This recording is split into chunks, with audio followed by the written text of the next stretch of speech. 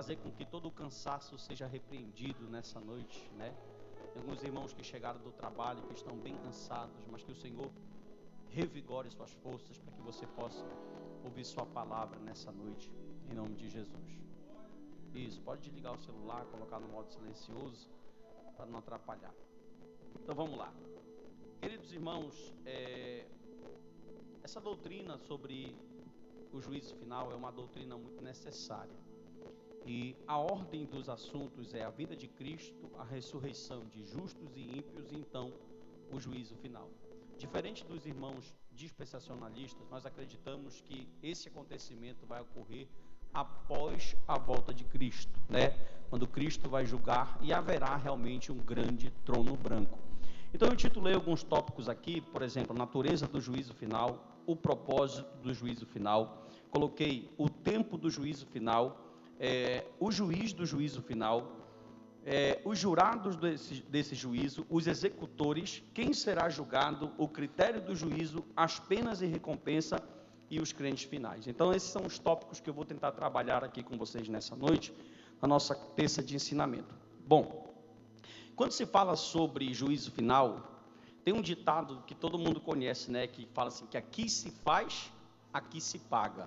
Só que a Bíblia não ensina isso. Esse é um ditado popular, não é um ditado bíblico. Quando Paulo trabalha Romanos capítulo de número 2, 1 e 2, é interessante que ele mostra a situação do ser humano, e na boca do apóstolo Paulo ele vai dizer que ali os homens pegaram a sua natureza normal, por exemplo, homem queria ser mulher, e mulher queria ser homem naquele texto. Pegaram o Deus soberano e diminuíram ele, pararam de adorar o Deus Criador, ele narrando, e começaram a adorar as criaturas criadas pelas suas próprias mãos. E lá nesse texto, juntamente com a epístola de Pedro, Paulo vai dizer que aquelas pessoas já estão vivendo um juízo, elas já vivem o juízo de Deus. Na Bíblia Sagrada a gente tem algumas crises, né, que o pessoal fala, quando eles leem o Salmo 73, que é o Salmo de Asaf, que deu uma crise existencial de Asaf, e às vezes é comum nós observarmos na Bíblia, na história bíblica e também no nosso cotidiano, que às vezes parece que tudo acontece ao contrário. O crente que era para ser abençoado só vive na prova, e o ímpio que era para viver no juízo parece que vive bem, né? Essa às vezes é a lente que a gente tem uma maneira de observar. Só que quando a Bíblia fala aqui sobre essa questão de um juízo, ela fala de dois juízos. A Bíblia fala de juízo presente, sim, é bem verdade, e a gente comprova isso todo dia.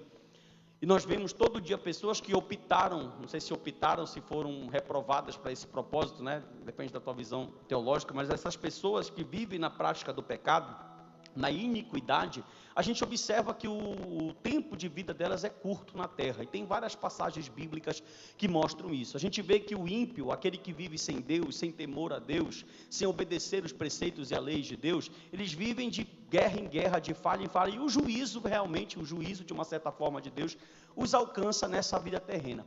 Só que Pedro e Paulo falam de dois tipos de juízo. Ele diz, olha, porque tem pessoas que vão morrer e parece que a ira de Deus, ou a justiça de Deus, ou a soberania de Deus não foi aplicada na vida daquelas pessoas enquanto ela vivia. Tipo, a pessoa passou o tempo grande cometendo mal na sua vida e ela morreu e parece que Deus não baixou a mão nela. Só que Pedro fala assim, olha, são dois juízos. Se você escapar desse juízo aqui, mas do final você não escapa.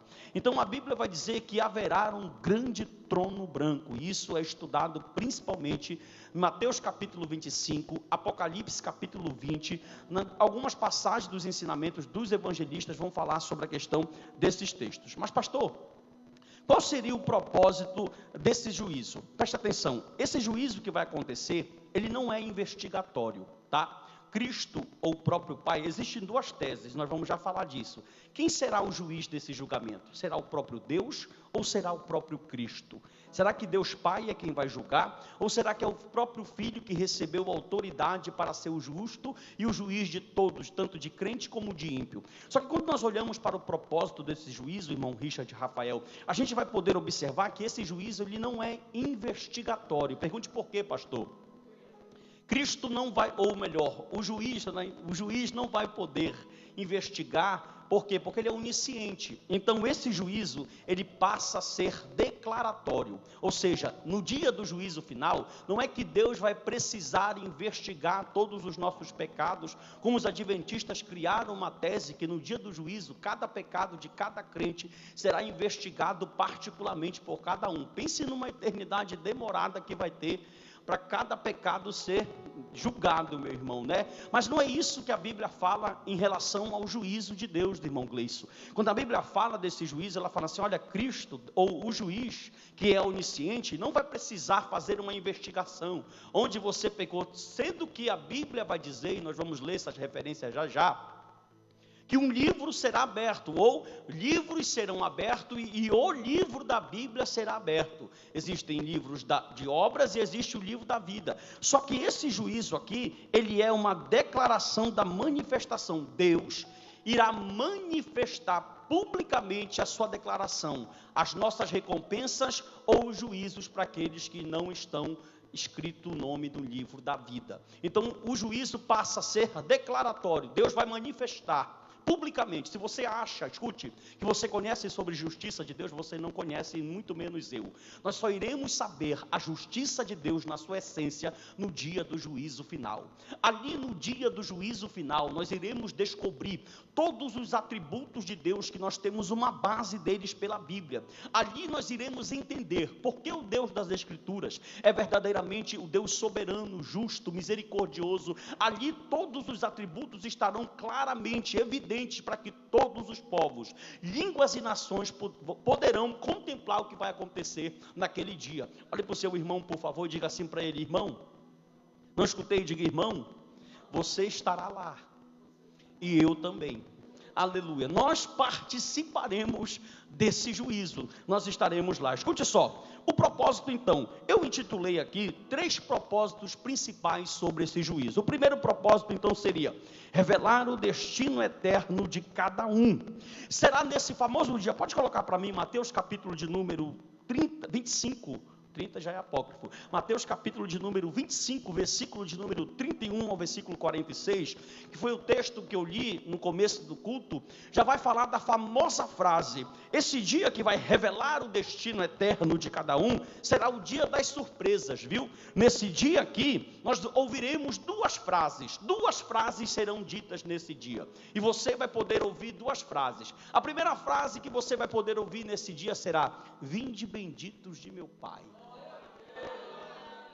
Oh, glória. E essa frase, Gleison, os que ouvirão, diz a Bíblia, não o pastor Narciso, diz a Bíblia, que eles estarão à direita. Só que a galera da esquerda vai ouvir uma outra frase. Que frase, pastor de mim? Apartai-vos de mim. Meu Deus do céu. Essa frase será uma frase que também será ouvida nesse dia. Então nós iremos ouvir ou a frase da direita ou a frase da esquerda. É interessante que a Bíblia fala que do lado direito estão as ovelhas e que do lado esquerdo, dependendo da sua tradução, estarão os bodes ou os cabritos. Viu? Então que os cabritos ouvirão apartai-vos de mim e as ovelhas ouvirão vinde bendito de meu Pai. O segundo ponto é que nesse dia do juízo final, o propósito será regular o grau de recompensa ou punição de cada um. Agora sim, por favor, Apocalipse capítulo de número 20, versículo de número 11 e 12. Esse texto aqui vai dizer que serão abertos. Vi um grande trono branco, meu Deus, e aquele que está sentado nele, a terra e o céu fugiram da presença dele, e não se achou lugar para eles. Próximo, vi também os mortos irão participar, os grandes e pequenos, que estavam em pé diante do trono. Então foram abertos os livros. Nesses livros está tudo que você pensa, faz, nossas negligências, nosso empurrar a obra com a barriga, nossos pecados ocultos, viu? Tudo será exposto nesse grande dia, preste atenção no texto. E também o livro da vida foi aberto, e os mortos foram julgados, segundo o quê? As suas obras, conforme o que estava escrito a Bíblia está dizendo que Deus tem catalogado toda a nossa história. É por isso que eu não acredito que Deus muda a história de ninguém. Viu? Eu acredito num Deus onisciente, soberano, que já tem a tua história toda catalogada num livro. Salmo de número 139, versículo 16, o salmista diz assim: Tu me conheceste substância ainda informe, e no teu livro foram escritos todos os meus dias, e determinado cada um deles, quando nenhum deles ainda havia. A Bíblia diz que esse Deus já tem, irmão, isso é tão maravilhoso, isso dá segurança. Para você que pensa que Deus é um Deus que vai fazer uma história e vai tentar fazê-la novamente, vai reescrever essa história, como tem uns cantores cantando aí, esse Deus ele precisa ver acontecer, para lá na frente ele fazer o plano B. Mas o Deus da Bíblia, ele já começa a história com tudo pronto. É interessante que Mateus capítulo 25, versículo 34, o próprio texto bíblico vai dizer: olha, vinde, o reino já está preparado antes da fundação do mundo. Cristo disse em João capítulo de número 14, a partir do versículo de número 1, não se turbe o vosso coração, credes em Deus, crede também em mim, na casa do meu Pai há, do verbo haver, já tem casa preparada lá, porque Deus não vai projetar, quando Ele faz já está tudo pronto. Então, o revelar o grau de recompensa. Outro ponto, repita comigo, diga assim: revelar a soberania e atributos de Deus. O juízo final então terá como propósito revelar o destino. Irmão, nesse revelar o destino nós teremos muita surpresa. Por que, pastor Narciso? Porque nesse dia, por exemplo, quando você vai a um velório de um amigo, de um parente ou até mesmo de um inimigo para você se alegrar,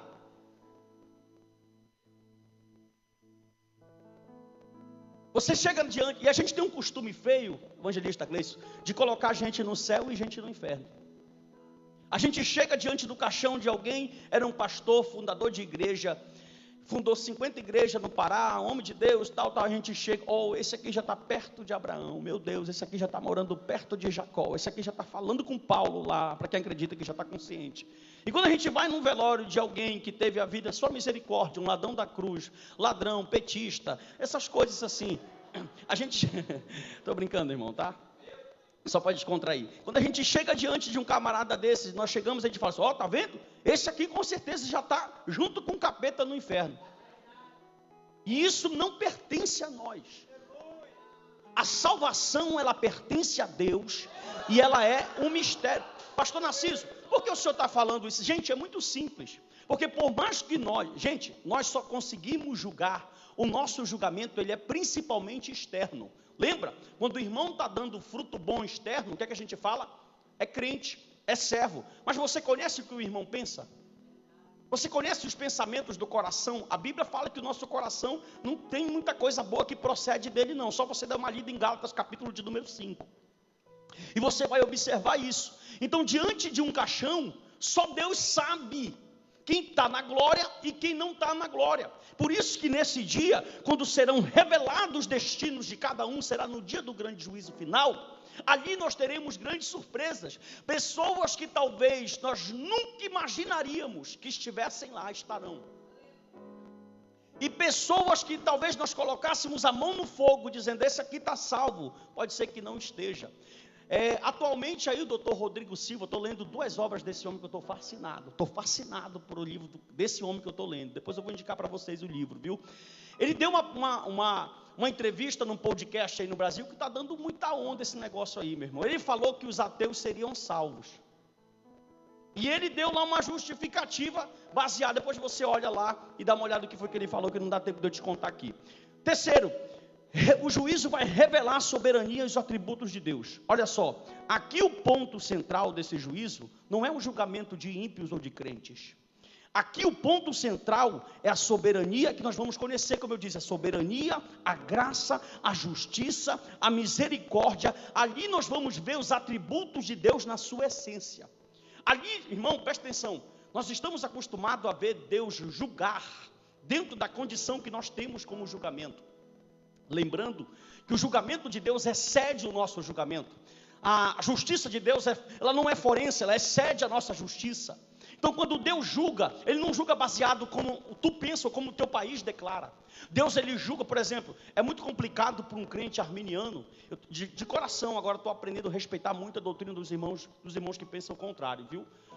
Estou aprendendo isso, Deus está me dando esse equilíbrio. Mas é muito complicado para os irmãos arminianos falarem assim, porque Deus mandou o inocente para o inferno. Só que não tem inocente. Todo mundo é pecador. Então, mas pastor, o irmão não pecou. Ele não precisa pecar. Ele já é pecador. Então, um curso normal, evangelista Gleison, sua igreja, olha para mim, era todo mundo no inferno. Aí Deus fala, não, vou salvar alguns. Então, olha como a justiça de Deus, ela é diferente da nossa justiça. Nós trilhamos um ponto de justiça. E Deus está dizendo, não. Sabe o que eu acho interessante? Que os juízos que acontecem no nosso tempo presente, ou nos tempos que passaram, são juízos que são temporários. Mas esses juízos aqui serão juízos revelatórios como nunca houveram em toda a história da humanidade. Esse juízo aqui será tão fora do normal. Você já participou de um julgamento onde o juiz consegue julgar pensamento dos acusados? Aqui terá isso. Só para você ter uma ideia. É por isso que nesse dia aqui ninguém escapa. É interessante, eu já vi alguns irmãos fazerem um tipo de alegoria que fala assim, olha, no dia do juízo final, os dispensacionalistas vão fazer isso. No dia do juízo final, vai ser aberto um telão. Tu fala assim, Senhor, mas eu não ouvi. Aí Deus abre um telão na tua frente e parece lá o missionário pregando para ti. Já ouviu isso? Já, né? É uma alegoria. É o camarada tentando entender na mente. Presta atenção, outro ponto. Sendo que quando você morrer e o teu corpo ser transformado, lembre de uma coisa. Para você existir nesse tempo aqui, você precisa que o tempo exista. Ou seja, nós estamos limitados a um tempo, sim ou não? Só que o juízo, a partir do momento que o teu corpo é transformado, eu preguei sobre ressurreição dos mortos terça-feira passada. A partir do momento que o teu corpo é transformado, você vai sair desse tempo cronológico e vai entrar num tempo de eternidade. Então esse tempo de eternidade não corre como 24 horas, não corre como 60 minutos. É por isso que nós não entendemos, porque nós vamos entrar num plano que Deus habita. Então para nós isso é tudo novo, para nós isso tudo é mistério, a gente não sabe como isso vai acontecer. Mas a Bíblia está dizendo que todos comparecerão diante de um grande trono branco. E o que me chama a atenção é que quando João tem a visão no Apocalipse capítulo de número 20... Quem ele vê sentado num grande trono branco, pastor Narciso? Um homem. E na Trindade, quem tem um corpo? Aí você já vai pegando quem vai ser o juiz. Mas segura lá. O tempo do juízo final. Escute. Os dispensacionalistas falam que são 3 juízos. O primeiro juízo será quando os santos, quando Cristo voltar a primeira vez e levar os santos. Esse é o primeiro juízo. O segundo juízo para eles é quando os ímpios estão passando 7 anos de tribulação aqui. Esse é o segundo juízo de Deus. E o terceiro juízo é um juízo para ímpios e mortos durante o milênio todinho aqui. Então eles acreditam que existem 3 juízos. The White Pentecost, no seu manual de escatologia, vai dizer que ali existem 7 juízos, mas só que todo amilenista, pós-milenista, tá? Depois eu vou falar das correntes escatológicas, eles não acreditam que terá 2, porque a Bíblia não fala juízos finais, plural, a Bíblia fala juízo final, então será um acontecimento. Então não tem juízo primeiro para morto, depois para crente, depois para ímpio, depois para quem não creu, depois para quem ficou na tribulação, depois para quem... Não, todos comparecerão juntos. Viu? Dali, irmão, ninguém escapa. Por isso que eu falo, tu pode escapar agora. Continua na tua vida de pecado, pode continuar. Fica de boa. Fica no adultério, fica na prostituição, fica na fornicação, fica no que tu quiser. Pode ser que tu continue vivendo. Gente, presta atenção. Só Deus sabe quanto cada um de nós vai viver nessa terra. Sabe o que eu acho interessante? Que quando chega o nosso dia de partir, tu pode fazer campanha, tu pode mandar o Padre Quevedo, tu pode mandar o Benihim, tu pode mandar qualquer um orar na tua cabeça. Quando chega o teu dia de partir, tu vai partir. Porque a morte ainda não foi vencida. Inclusive, dá glória aí, irmão. É nesse dia aqui que vai cumprir o que Paulo disse: tragada foi a morte pela vitória. Olha só, eu acho interessante Deus trabalhando. Só fala se você dá glória a essa. Eu acho interessante Deus trabalhando, Rafael, que Ele deixou a morte de propósito. Por quê? Porque Ele sabe que o homem, irmão, no Gênesis, a partir dos primeiros capítulos, até o capítulo de número 5, a gente já vê um camarada chamado Nimrod, querendo chegar no céu. Isso 4.000 anos atrás. Olha como o homem é ousado. Imagine hoje como está. Hoje a ciência está tão avançada, a tecnologia está tão avançada, que tu já escolhe a cor do cabelo do teu filho, a cor do olho dele. Tu já escolhe como é que ele quer nascer, tudo. Genética. Olha como está, clone. O homem é ousado. Isso porque o Senhor permitiu que o pecado afetasse a condição do homem pensar totalmente. Você já imaginou se Adão come da árvore da vida? Ele seria um pecador eterno, viu? Para quem acredita que a árvore é literal, né? Ele seria um pecador eterno. Ele seria, o Dr. Jim Swag, na Bíblia do Expositor, fala uma frase muito interessante. Ele diz assim: se Adão come da árvore da vida, Adão seria um Hitler eterno.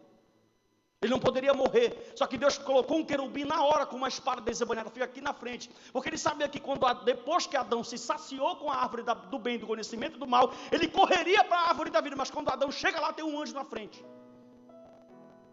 Aí Deus disse assim: meu filho, desce. Dá mais uma chance. Meu filho, desce. Aí Cristo vem e desce. E Cristo pega todos os inimigos, quase todos os inimigos, e subjuga. E o apóstolo Paulo fala em Romanos capítulo de número 16: brevemente, o Senhor Jesus colocará Satanás debaixo dos vossos. Então não é você que coloca Satanás debaixo dos pés. É Cristo que subjuga ele e coloca debaixo dos seus pés. É Cristo que vence ele. E Cristo então segura. Cristo foi vencendo todos os domínios, todos os principados, todas as potestades, todos os dominadores, todos os espíritos do mal. Cristo subjuga tudo. Só que Cristo deixa um de propósito. Ele disse: eu vou deixar a morte. E a morte é o único inimigo, o último inimigo que será vencido. Você já imaginou isso? Pegue os filmes de Hollywood e veja qual é a ânsia do homem: querer viver eternamente. Os faraós prepararam suas pirâmides porque queriam ir para o além e viver eternamente. Os filósofos gregos estavam na busca pelo conhecimento porque queriam ser eterno. Quando Cristo esteve aqui à terra, ele disse: eu sou a ressurreição e a vida. Aleluia. Oh, aleluia. Então, única maneira. Gente, se Cristo tivesse dito assim, está aqui meu texto aqui, calma que eu vou continuar. Se Cristo tivesse dito assim: eu sou o atalho. Ele está dizendo: olha, tem outro meio. Mas ele disse: eu sou o caminho. A única maneira de você vencer a morte é se você se juntar a quem já venceu ela. Tipo assim, Cristo é tão maravilhoso que ele venceu a morte e disse: morte, tu estás vencida. E aí, vou pregar para cá, para esse lado que está entendendo melhor aqui. Olhe para mim. Cristo venceu a morte, pá, venceu a morte. Aí ele falou assim: morte, tu estás vencida, trabalha aí. Oi, irmão, pelo amor. Até o dia do arrebatamento. Na parúzia, quando eu rasgar o céu e vencer o anticristo com o sopro da minha boca, aí Paulo vai trabalhar toda essa questão lá. Muito bem, volte comigo aqui e vamos observar algo muito interessante. Beleza. Em quanto tempo de duração do julgamento, a gente não pode dizer e nem supor que é um dia de 24 horas. Por quê? Porque a palavra dia na Bíblia, ela é usada para dia literal, ela é usada de forma para época e ela é usada para estações. Então a gente não pode dizer que o julgamento durará um dia, um milênio, 10 anos, nós não sabemos, viu? Até porque não pertence ao nosso tempo cronológico. E o juiz, pastor, quem será? Isso aqui é interessante, só se você dá glória. Muito bom. Quem será o juiz, pastor Narciso? Olhe para mim. Existem duas teorias. Coloca para mim, Kelby, Romanos 14, versículo 10.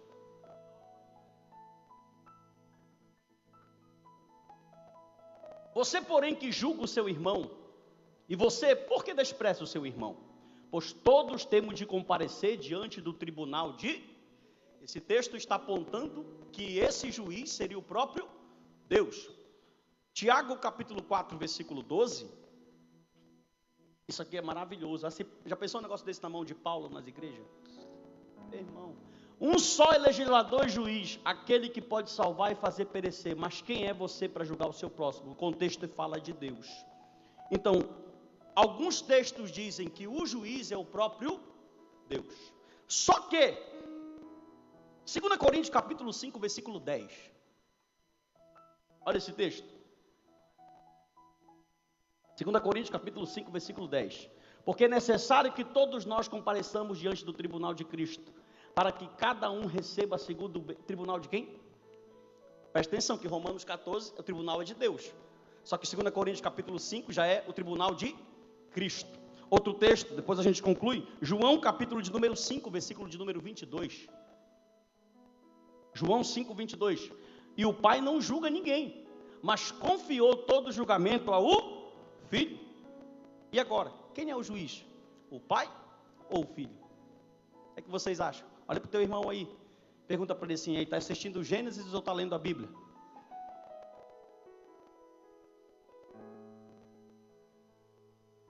O que a gente percebe é que a vontade do juízo é de Deus Pai. Mas o agente e o executor do juízo foi quem morreu. Lembra? Vamos pegar o texto, a Bíblia é linda e ela se encaixa. Todo poder foi me dado no céu e na terra. Todo joelho, toda língua. Por quê? Porque a vontade do juiz é de Deus Pai, Ele é o juiz. Mas Ele falou assim, mas quem vai executar o juiz é o meu agente. Presta atenção, isso aqui é maravilhoso. Vejamos por quê. Mateus 5, 26, por favor. Mateus 5, 26 e 27. Em verdade lhe digo que você não sairá dali enquanto não pagar o último centavo. Vocês ouviram o que foi dito, não cometam. Desculpa, João, perdoa. Misericórdia. João 5, isso. Porque assim como o Pai tem a vida em si mesmo, também concedeu ao Filho ter vida em si mesmo. Próximo. E lhe deu... Oh, glória. Não, irmão, lê dando glória. Isso aqui é para a gente ler dando glória. Você lê travado, lê dando glória. Dá mais uma chance. No 3, todo mundo vai ler. 3.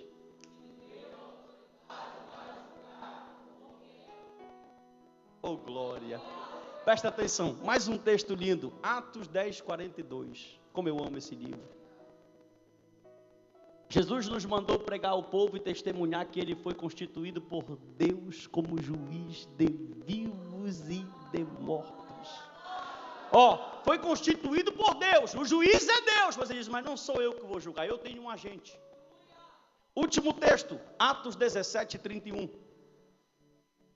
Bíblia. Porque Deus estabeleceu um dia em que julgará o mundo com justiça, por meio de um homem que escolheu, e deu certeza disso a todos, ressuscitando dentre os mortos. Escute isso, Dr. Paulo Anglada disse isso aqui, deixa eu abrir aspas aqui e citar a citação dele. Foi Cristo que veio a esse mundo, sofreu, morreu e ressuscitou por amor dos seus eleitos, que seja Ele o juiz, como agente do Pai. A obra de julgar seria o ponto mais alto da exaltação e triunfo de Cristo. Ele que foi condenado por governadores terrenos, agora julgará todas as autoridades desse mundo. Fecha aspas. Estou chique, né? Fecha aspas. Olha só, Cristo recebeu. Presta atenção. Já pensou? No dia do juízo final, a Bíblia diz que todo homem comparecerá, inclusive os que julgaram. Nesse dia eu quero ver a cara de Pilatos,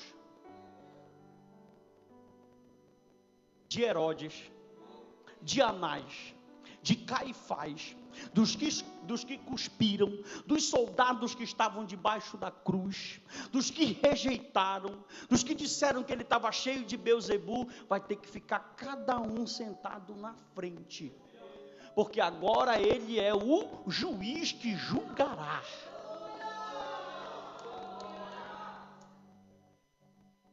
É isso. Quando Caifás deu lá a jogada dele, o Senhor Cristo falou para ele assim. Na verdade, cuspiram na cara de Cristo. Cuspiram. Colocaram uma coroa de espinhos que atravessavam a carne dele. Cuspiram, jogaram sorte com as suas vestes e disseram para ele, tu não és profeta? Profetiza quem te bateu. E a Bíblia diz, porque ele tinha que cumprir a palavra, né? Se estivesse escrito do outro jeito, ele só ia falar, pai, manda só aquele anjo de Isaías 37, está resolvido aqui, a gente mata todo mundo está dando glória, hosana nas alturas. Mas não, ele tinha que cumprir o que o profeta Isaías disse, ele será levado como ovelha para o matadouro. Quanto mais batiam, mais ele calava. Pilatos ficou impactado. Ele disse assim: tu não sabes que eu tenho poder para te liberar agora? Olha para mim. Ele olha para Pôncio Pilatos e disse assim: se o alto não tivesse dado poder, nenhum poder tu terias. Em outras palavras, ele olhou para Pôncio Pilatos, só fala se você dá glória. Ele olhou para Pôncio Pilatos e disse assim: eu estou aqui porque eu quero.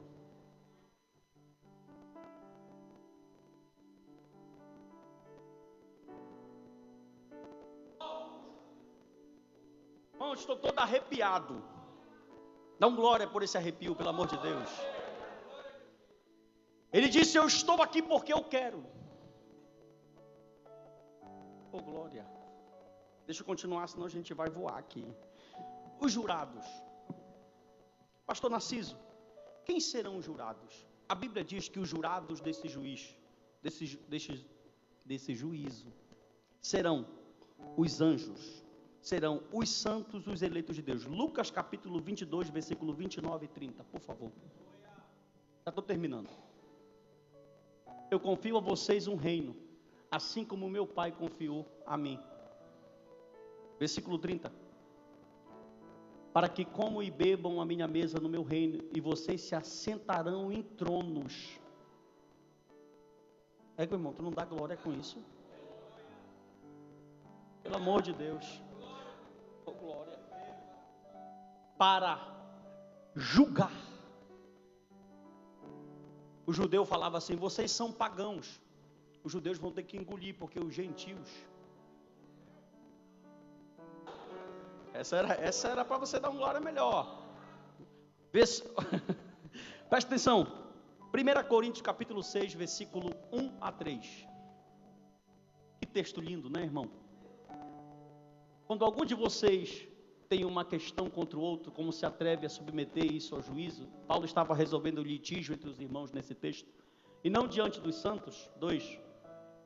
Ou vocês não sabem que os santos hão de julgar o mundo? Não é o santo da igreja católica não, tá? Pelo amor de Deus. Ora, se o mundo deverá ser julgado por vocês, será que vocês não são competentes para julgar as coisas mínimas? 3. Por acaso vocês não sabem que havemos de julgar os próprios anjos?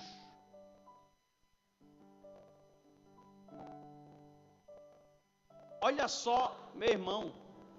1 Coríntios capítulo de número 15, versículo de número 58, Paulo termina dizendo: portanto, sede firmes e constantes, sabendo que o trabalho de vocês no Senhor não é vão.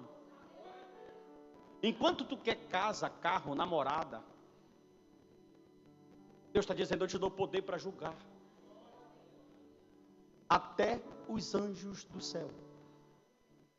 Meu Jesus amado. Pastor, os jurados serão os santos, os eleitos de Deus. E os executores desse juízo? Quem serão? Vamos lá, está terminando. Serão os anjos que não caíram. Os anjos que não caíram voltarão com Cristo para separar o trigo e o... Coloca para mim Mateus 13, 40 ao 42. Já vai terminar, tá? Mateus 13, 40. Pois assim como o joio é colhido e jogado no fogo, assim será no fim dos tempos. O Filho do Homem mandará os seus anjos que ajuntarão do seu reino todos os que servem de pedra de tropeço e os que praticam mal. E os lançarão na fornalha acesa, ali haverá choro e ranger de dentes. Os anjos então serão os executores. E quem é que será julgado nesse juízo? Beleza. Primeiro, 2 de Pedro 2,4 diz que serão anjos caídos. Segundo, o mundo invisível, todos os ímpios serão julgados. Terceiro, todos os santos serão julgados também. Só que nós nesse tribunal, isso é para você dar um glória a Deus tremendo, os ímpios aparecerão para serem condenados. Mas nós apareceremos lá só para ouvir: vinde.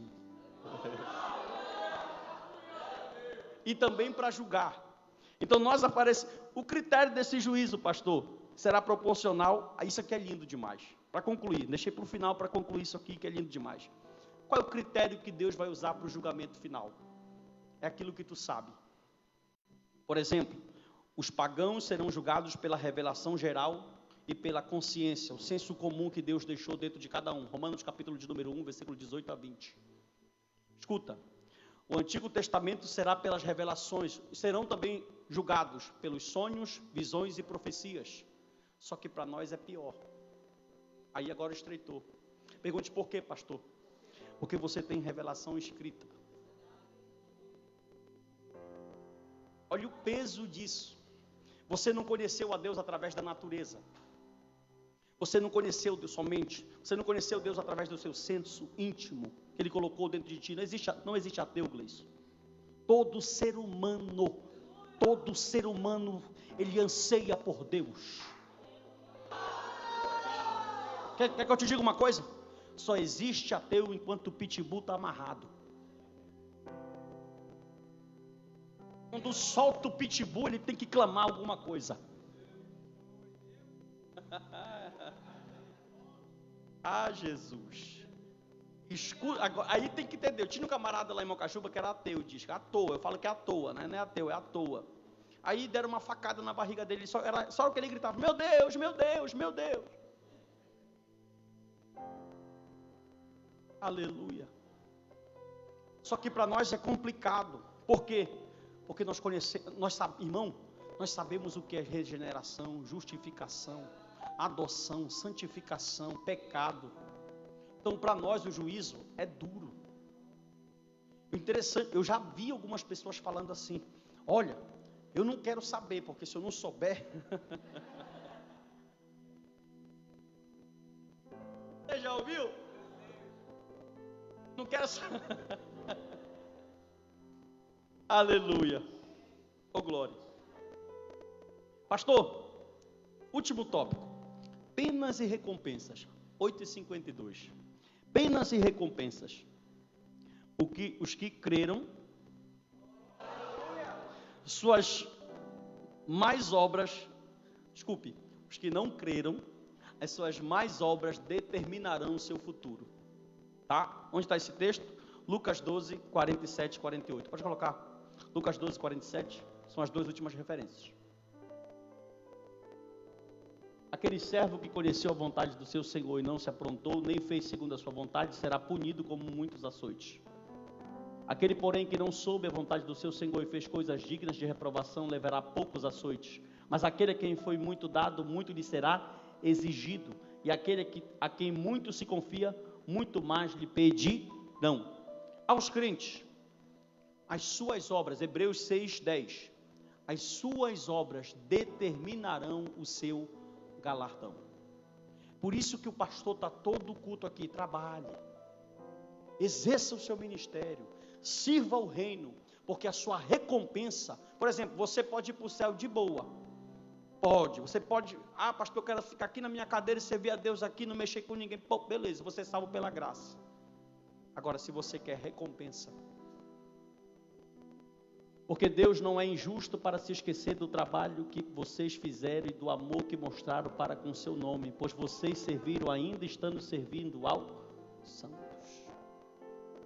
O tribunal não terá só julgamento, só condenação, só juízo. Lá nós receberemos toda a nossa recompensa. O próprio Cristo disse para os discípulos, para Pedro: se vocês me servirem, vocês vão receber aqui nessa terra 100 vezes mais. Imagine o que é que o céu tem preparado para cada um de nós. Você tem essa esperança, irmão? E não é um terreno no Oriente Médio como Abraão pensou, não. Quando Deus está falando: Abraão, vou te dar Jerusalém, Abraão estava pensando que era Jerusalém terra. Deus trabalha com coisa grande. O que Deus tem preparado para nós são coisas grandes. Eu encerro o meu sermão, vamos lá, banda, perguntando: alguém entre nós está preparado para encarar o grande trono branco? Ou alguém entre nós está com medo de ouvir: apartai-vos de mim? Se você está com medo de ouvir: apartai-vos de mim, deixa eu orar por ti. Até rimou. Tem alguém que quer voltar para a casa do Papai do Céu? Pastor, quero fazer uma nova aliança com o Senhor. Eu creio no que o Senhor pregou e é verdade o que foi pregado aqui.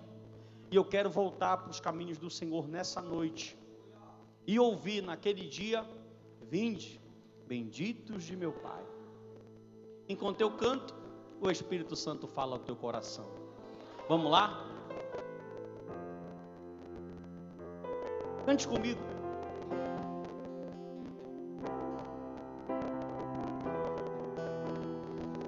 Então me leva à sala do trono, mostra a tua beleza, eu quero ver tua face. Oh, me lva à sala do trono, mostra a tua beleza, queremos, Senhor, ver tua face.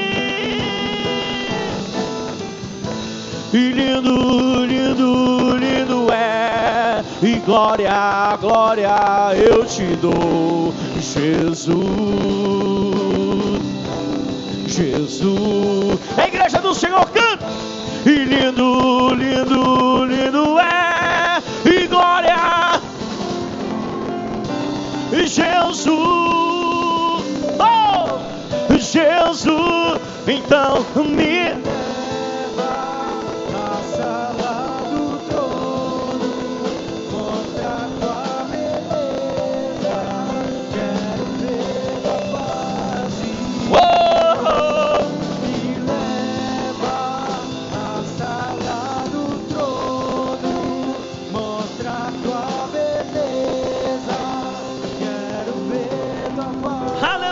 a sua mão aí, declare: só quero ver o Senhor. Cante: só quero ver o Senhor, só quero ver o Senhor.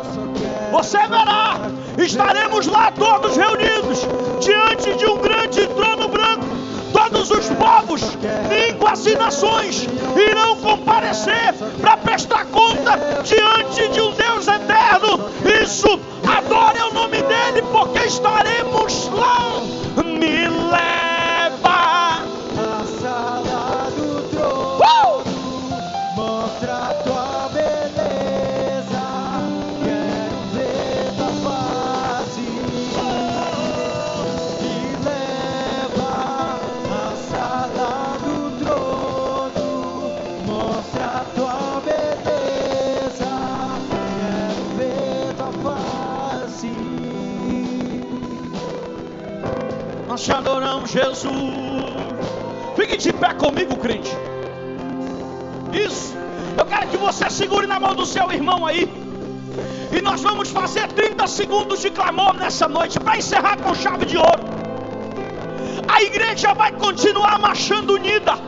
Nós iremos chegar ao grande trono branco juntos, unidos, como um só crente, como um só corpo, que o cabeça é Cristo.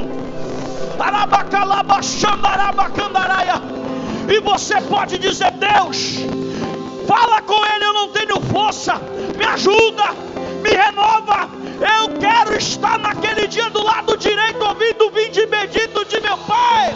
Só quero ver o Senhor. Só quero ver o Senhor. Só quero. Isso, ora, apresenta aqueles que estão distantes, apresenta aqueles que estão no projeto. Oh, oh. Só quero ver o Senhor. Só quero ver o Senhor. Me leva.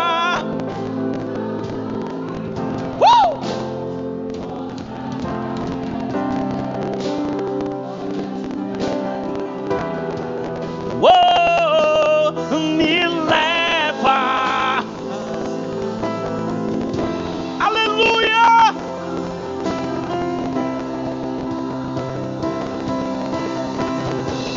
E calabaxandaraba canto indecanda. Estenda a sua mão em direção à sua casa aí. Isso.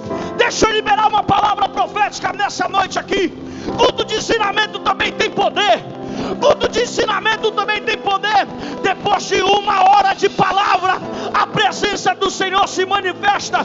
E Deus coloca autoridade nas tuas mãos, na tua boca.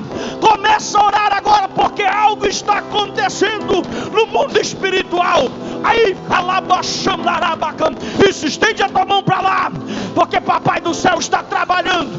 E se você acredita no poder de Deus, se você acredita no poder que quebra o jugo desigual, começa a sentir uma ação sobrenatural de Deus.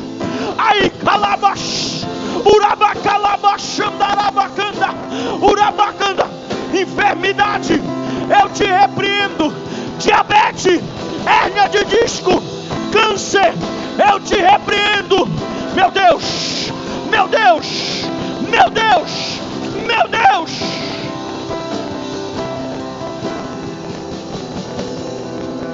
Me leva.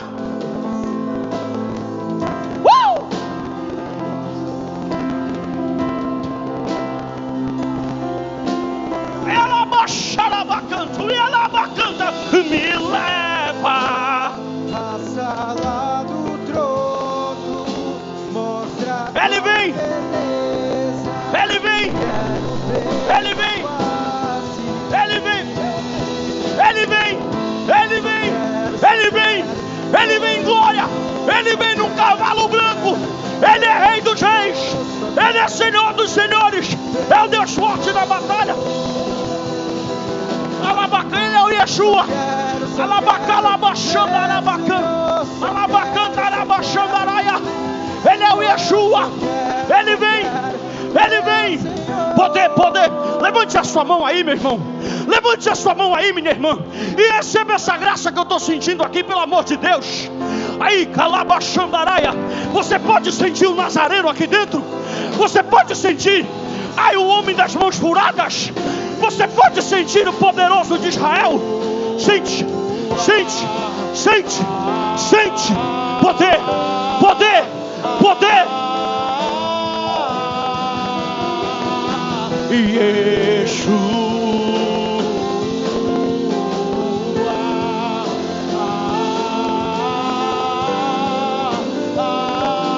Yeshua. Levante a sua. Meu amado é O mais velho. Isso é avivamento na palavra. Milhares de milhares. Meu amado é o mais belo. Volta, volta para Jesus. Volta para Jesus nessa noite. Milhares.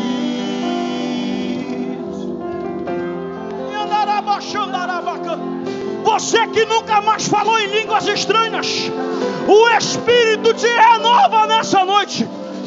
Fala em mistério com teu Deus. Fala em mistério com teu Deus. Os dons estão vivos. Eles seguirão aqueles que creem.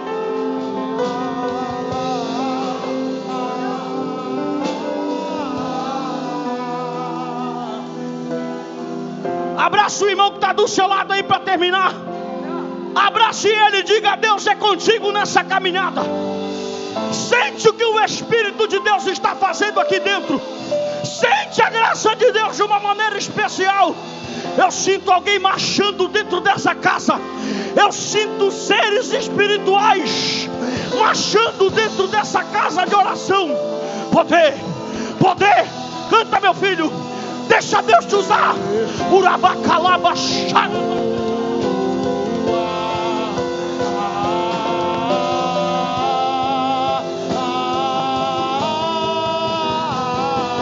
Meu amado é O mais belo entre milhares de milhares. amado é O mais belo entre milhares de milhares. Inde canto como naramando como nakamanto como de kame candorobo. Inde que me cantoro a cantora bacam. Inde que me